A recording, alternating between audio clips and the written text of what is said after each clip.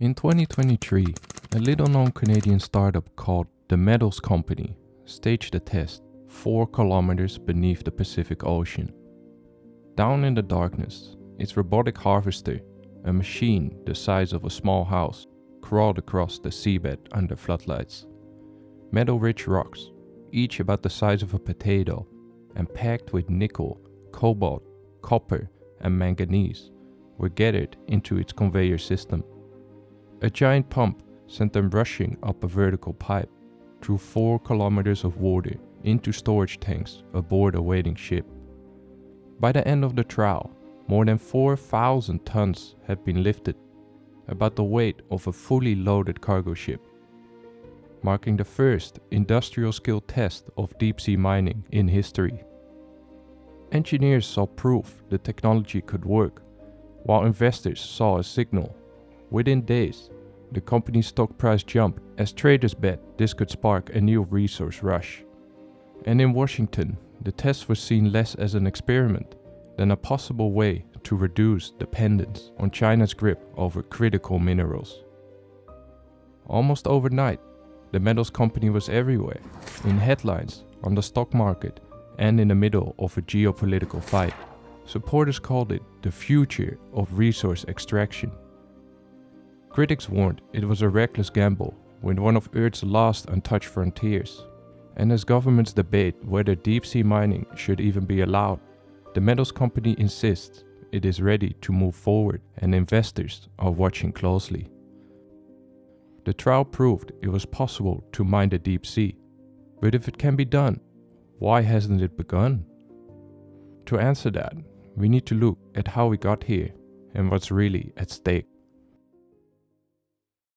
Every time you check your phone, plug in your laptop, or drive an electric car, you're relying on the same metals that the metals company pulled from the seabed. From the batteries in consumer electronics, to the magnets inside wind turbines, from the smallest gadgets to the biggest power grids. Modern life is built on these metals. Behind each of these products, a supply chain dominated by one country. China now refines more than 80% of the world's output, and over the past decade, it has turned that dominance into industrial leadership, from electronic vehicles to solar panels. For governments elsewhere, this concentration has become a strategic vulnerability. If Beijing were to cut exports, the price of everyday electronics could skyrocket, and even the grids that keep the lights on could be at risk. That's why some governments and companies are now eyeing an unlikely frontier, 4 kilometers beneath the Pacific Ocean, where billions of tons of metal-rich deposits cover the seabed. But before we get there, we need to see how the world became so dependent in the first place. When the West gave up its supply chains and China stepped in to build them instead. In the 1980s, the US, Europe, and Japan all had significant refining capacity, from California's Mountain Pass to European nickel plants and Japanese specialty metals. Yet high cost and stricter environmental regulations made it easier to close plants and import from abroad. At the same time, China was thinking long-term. In 1987, leader Deng Xiaoping famously declared, "The Middle East has oil, China has rare earths." It was more than a slogan, it was a signal. Beijing subsidized refining, tolerated pollution, and by the late 1990s was undercutting global competitors. China was seen as the world's factory, not a future competitor. Outsourcing fit the logic of globalization. Let China handle the dirty work, while the West focused on clean industries. What looked like efficiency to the West was for China a strategy to control the resources modern economies would depend on. Or as one observer later put it, while the West fought in quarterly profits, China was thinking in decades. By the 2000s, Chinese firms were securing overseas mines and building smelters, railways, and port contracts that guaranteed long-term access to resources. From African railways to Indonesian smelters and Pacific ports, China built the infrastructure of a global resource empire. While the Belt and Road Initiative was launched in 2013, it gave a name to a strategy already underway, using finance and infrastructure to lock in supply. Meanwhile, Western capacity kept shrinking.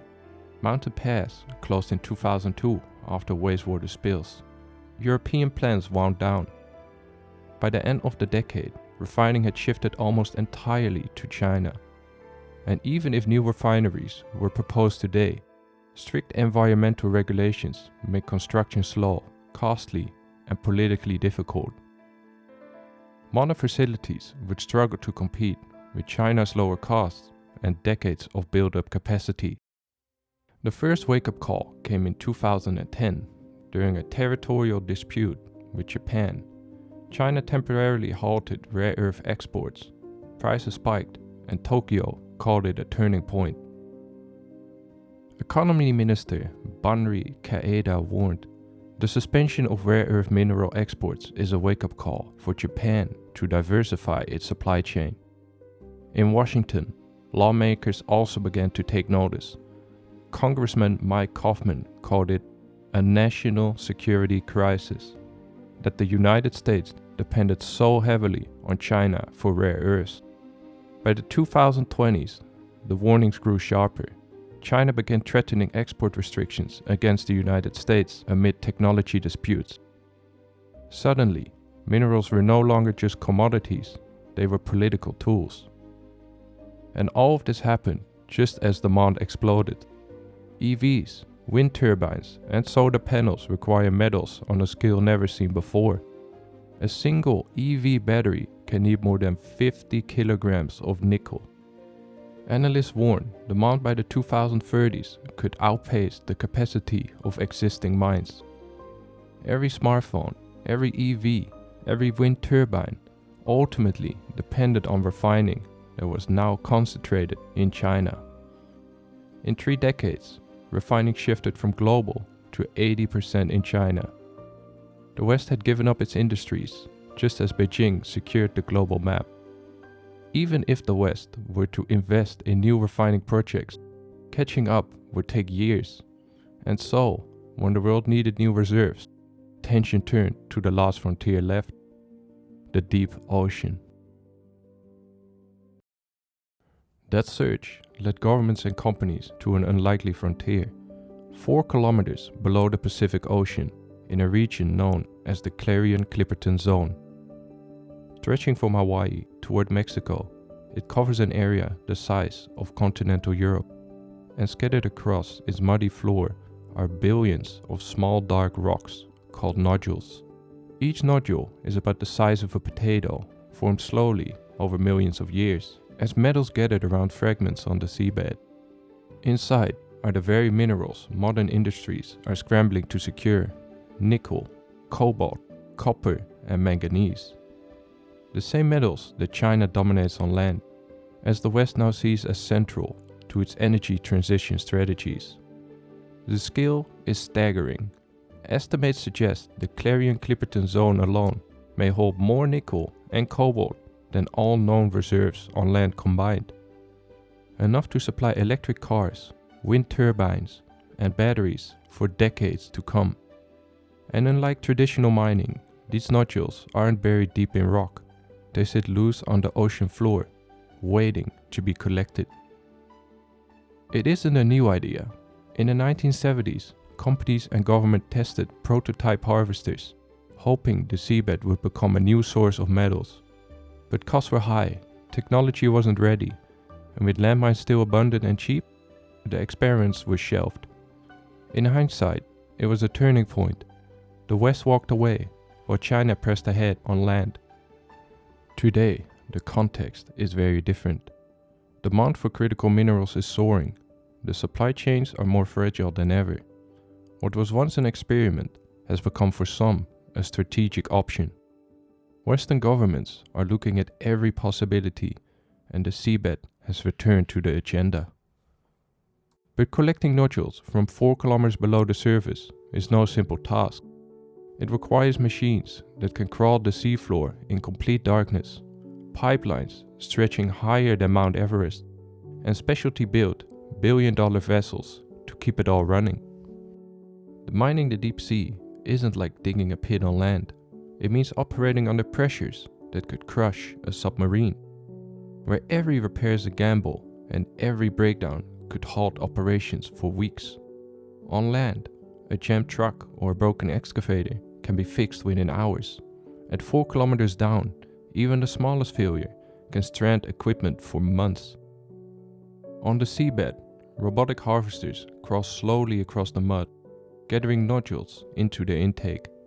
From there, the rocks are carried into a vertical pipe that channels them to the surface. Pumps drive the stream of nodules and seawater upward until it empties into tanks aboard a waiting ship.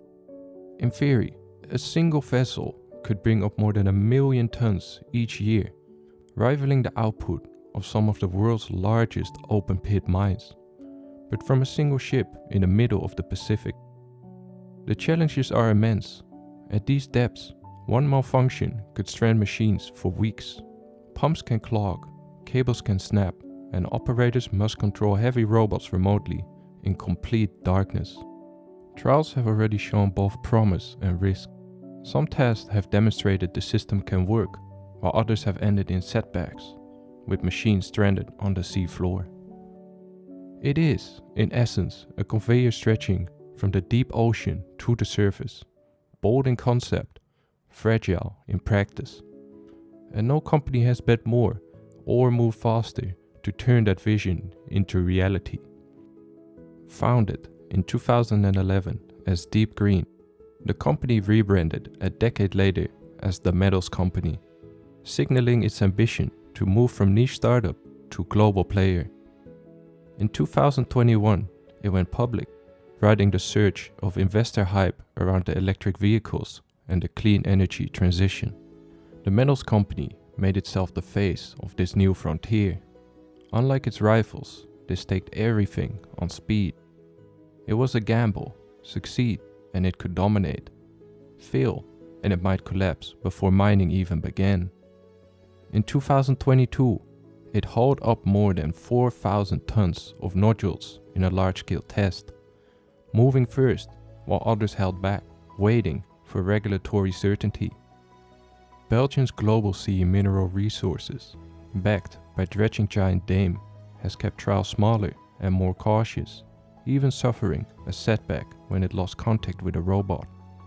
Norway's Loke Marine Minerals, supported by state-owned wealth, is playing the long game, building partnerships while waiting for the International Seabed Authority to finalize its rulebook.